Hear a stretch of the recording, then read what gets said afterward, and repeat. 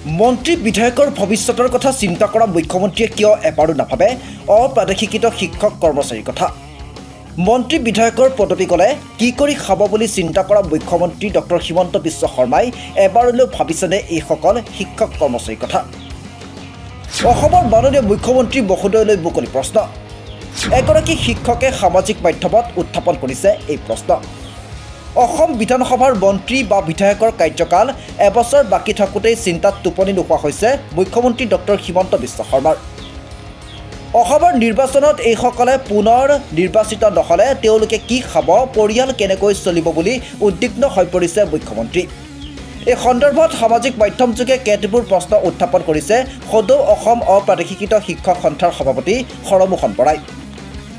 মুখ্যমন্ত্ৰী মহোদয়, আপোনাৰ মন্ত্ৰীসভাৰ মন্ত্ৰী বিধায়কক ৰাজ সাহায্যযুক্ত ঋণৰ ব্যৱস্থা কৰিছে, কিন্তু আমাক আপোনাৰ নেতৃত্বতে বিভিন্ন আইনৰ মেৰপেচৰ সৃষ্টি কৰি বছৰ বছৰ ষড়যন্ত্ৰমূলকভাৱে প্ৰাদেশিকৰণৰ পৰা বঞ্চিত কৰি আহিছে কিয়? হয়, নমস্কাৰ। আজি কেইদিনমানৰ পৰা আমাৰ ইলেক্ট্ৰনিক মিডিয়াই হওক, ছ'চিয়েল মিডিয়াই হওক, সকলোবিলাকতে এটা বিষয় খুব চৰ্চিত হৈ আছে। এইটো হ'ল ৰাইজ সাহায্যযুক্ত ঋণৰ কেলেংকাৰীত মন্ত্ৰী বিধায়কৰ পত্নী বা মন্ত্ৰী বিধায়কৰ নাম সাঙুৰ খাই গৈছে। আৰু এই বিষয়ত সাংবাদিকৰ প্ৰশ্নৰ উত্তৰতে হওক বা ৰাইজৰ প্ৰশ্নৰ উত্তৰতে হওক মাননীয় মুখ্যমন্ত্ৰী মহোদয় ডক্টৰ হিমন্ত বিশ্ব শৰ্মা মহোদয়ে এদিন এটা তেখেতৰ উক্তি এটা আমি বিশেষভাৱে লক্ষ্য কৰিছোঁ। এই উক্তিটো হ'ল যে তেখেতে কৈছে যে আজি মন্ত্ৰী আছে, কাইলৈ মন্ত্ৰী নাথাকিব, কেনেকৈ খাব, পৰিয়াল কেনেকৈ চলাব। গতিকে ৰাজ সাহায্যযুক্ত ঋণৰ জৰিয়তে তেওঁলোকে গৰু পালন কৰি বা অন্যান্য ব্যৱসায় কৰি তেওঁলোকে পৰিয়াল চলাব লাগিব। এই কথাটোত আমাৰ সদৌ অসম অপ্ৰাদেশিকৃত শিক্ষক কৰ্মচাৰী সংস্থা অৰ্থাৎ অপ্ৰাদেশিত হৈ থকা শিক্ষকসকলৰ এটা বিশেষ আপত্তি আছে আৰু বিশেষ প্ৰশ্ন এটা আছে মাননীয় মুখ্যমন্ত্ৰী মহোদয়ৰ ওচৰত। এতিয়া চাওক যে তেখেতৰ মন্ত্ৰীসভাৰ মন্ত্ৰী বিধায়কসকল বৰ্তমান মন্ত্ৰী বিধায়ক হৈ আছে আৰু এবছৰকাল তেওঁলোক মন্ত্ৰী বিধায়ক হৈ থাকিব। বিগত দিনত কংগ্ৰেছত মন্ত্ৰী বিধায়ক আছিল, তাৰপিছত আকৌ এতিয়া নতুনকৈ বিজেপিত আহি মন্ত্ৰী বিধায়ক হৈছে। এতিয়াই তেওঁলোকৰ চিন্তা হৈছে যদি অহাবাৰ আগন্তুকত ২৬ নিৰ্বাচনৰ পিছত যদি তেওঁলোক মন্ত্ৰী বিধায়ক হৈ নাহে তেতিয়া তেওঁলোকৰ পৰিয়াল কেনেকৈ চলিব। এই কথাটো আচলতে আমাৰ ক্ষেত্ৰত কিয় প্ৰযোজ্য নহয়। আমি মাননীয় মুখ্যমন্ত্ৰী মহোদয় হিমন্ত বিশ্ব শৰ্মাক আমি সুধিব বিচাৰিছোঁ, সদৌ অসম অপ্ৰাদেশিকৃত শিক্ষক কৰ্মচাৰী সংস্থাৰ পৰা তেখেতৰ ওচৰত প্ৰশ্ন যে তেখেতৰ মন্ত্ৰীসভাৰ বিধায়ক বা মন্ত্ৰীবিলাকে মন্ত্ৰী হৈ থাকোঁতেই অথচ তেওঁলোকে পেঞ্চনো পাব, তাৰপিছতো তেওঁলোকৰ পৰিয়ালটো কেনেকৈ চলিব। এই কথাটো চিন্তা হৈছে। আমি ২০ বছৰ, ৩০ বছৰ, ৩৫ বছৰ বা কাৰোবাৰ হয়তো কোনোবাই ইতিমধ্যে বিনা বেতনে শিক্ষকতা কৰি অৱসৰ ল'লে। ৪০০ শিক্ষকে নিজৰ চাকৰিটো নোহোৱাৰ কাৰণে নিজৰ পৰিয়াল পোহপাল দিব নোৱাৰি মানসিক সন্তুলন হেৰুৱাই আত্মহত্যাৰ দৰে চৰমপন্থা বাছি ল'ব লগা হৈছে। এনেকুৱা মুহূৰ্ততো মাননীয় মুখ্যমন্ত্ৰী মহোদয় কিয় এই শুভ চিন্তাটো উদয় হোৱা নাই যে আমাক বিভিন্ন ধৰণৰ ষড়যন্ত্ৰ কৰি আমাক বঞ্চিত কৰি ৰখা হৈছে। আমাৰ মুখ্যমন্ত্ৰী হিমন্ত বিশ্ব শৰ্মা মহোদয় হয়নে নহয়? তেওঁ আমাৰ মুখ্যমন্ত্ৰী নহয় নেকি? বা আমি অসমৰ নাগৰিক নহয় নেকি? কি কাৰণত আমাক বঞ্চিত কৰে? কি ষড়যন্ত্ৰত তেওঁৰ কি শত্ৰুতা আছে? ২০২২ চনৰ ২০ অক্টোবৰতে আমাক আইন সংশোধনৰ মাধ্যমেৰে প্ৰাদেশিকৰণ কৰিম বুলি প্ৰতিশ্ৰুতি দি আমাৰ পৰা দূৰে দূৰে থাকে কিয়? ১০ জানুৱাৰী ২০২৫ দিনা ফেচবুক লাইভযোগে পুনৰ প্ৰাদেশিকৰণৰ প্ৰক্ৰিয়া আৰম্ভ কৰিম বুলি আজি ৬ মাহমান হ'ল, কিন্তু বিভাগীয়ভাৱে এতিয়ালৈকে ১% কাৰ্যকৰী ব্যৱস্থা নোহোৱাৰ অন্তৰালত কি ৰহস্য আছে? এই সম্পৰ্কত আমি বহুবাৰ আপোনাৰ লগত আলোচনাৰ বাবে নিবেদন কৰিছোঁ, কিন্তু আমাৰ লগত প্ৰত্যক্ষভাৱে আলোচনা কৰিবলৈ আপোনাৰ আপত্তি কিয়?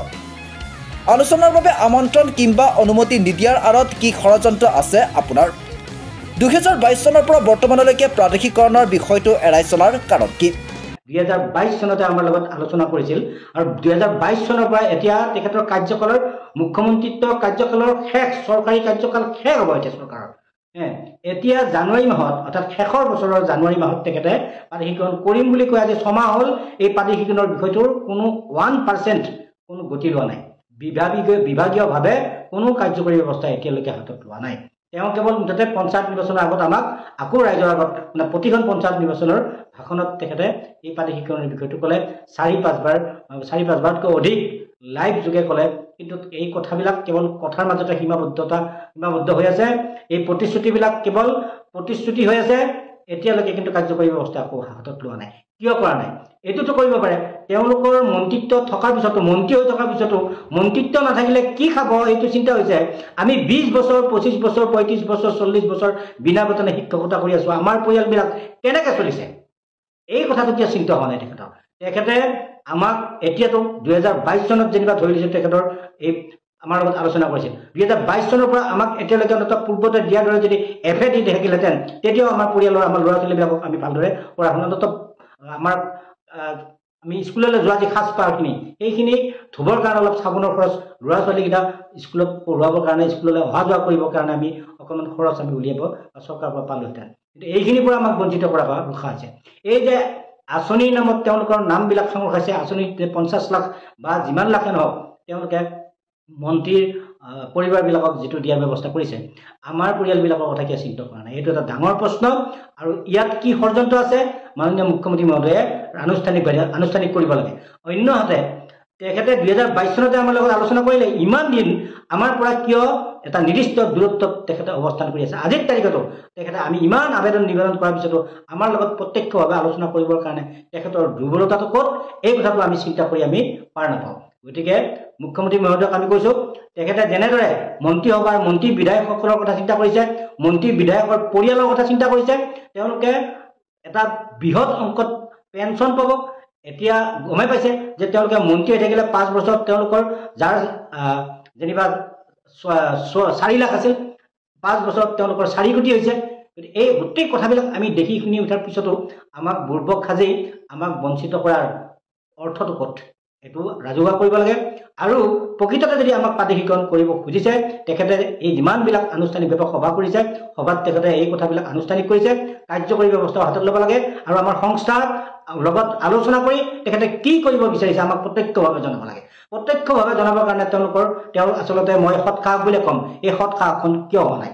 ইমান সংস্থা ইমান সন্থাৰ লগত তেখেতে আলোচনা কৰে, কিন্তু সদৌ অসম অবাধিত শিক্ষক কৰ্মচাৰী সংস্থাৰ লগত অফিচিয়েলি আলোচনা কৰিবৰ কাৰণে বা তেওঁ আমাৰ লগত এই বিষয়টোৰ বিষয়ে তেওঁ কি কৰিব বিচাৰিছে প্ৰত্যক্ষভাৱে আমাক জনাবৰ কাৰণে তেখেতৰ দুৰ্বলতা ক'ত, আমাৰ প্ৰশ্ন। সামাজিক মাধ্যম যোগে এইগৰাকী শিক্ষকে উত্থাপন কৰা প্ৰশ্নবোৰৰ উত্তৰ মুখ্যমন্ত্ৰী হিমন্ত বিশ্ব শৰ্মাই দিব পাৰিবনে? মন্ত্ৰী বিধায়কে নিৰ্বাচনত পৰাজিত হ'লে ভৱিষ্যতে কি কৰি খাব বুলি চিন্তা কৰা মুখ্যমন্ত্ৰীয়ে এইসকল শিক্ষকৰ কথাও এবাৰলৈ ভাবিবনে? News desk report, NV Live।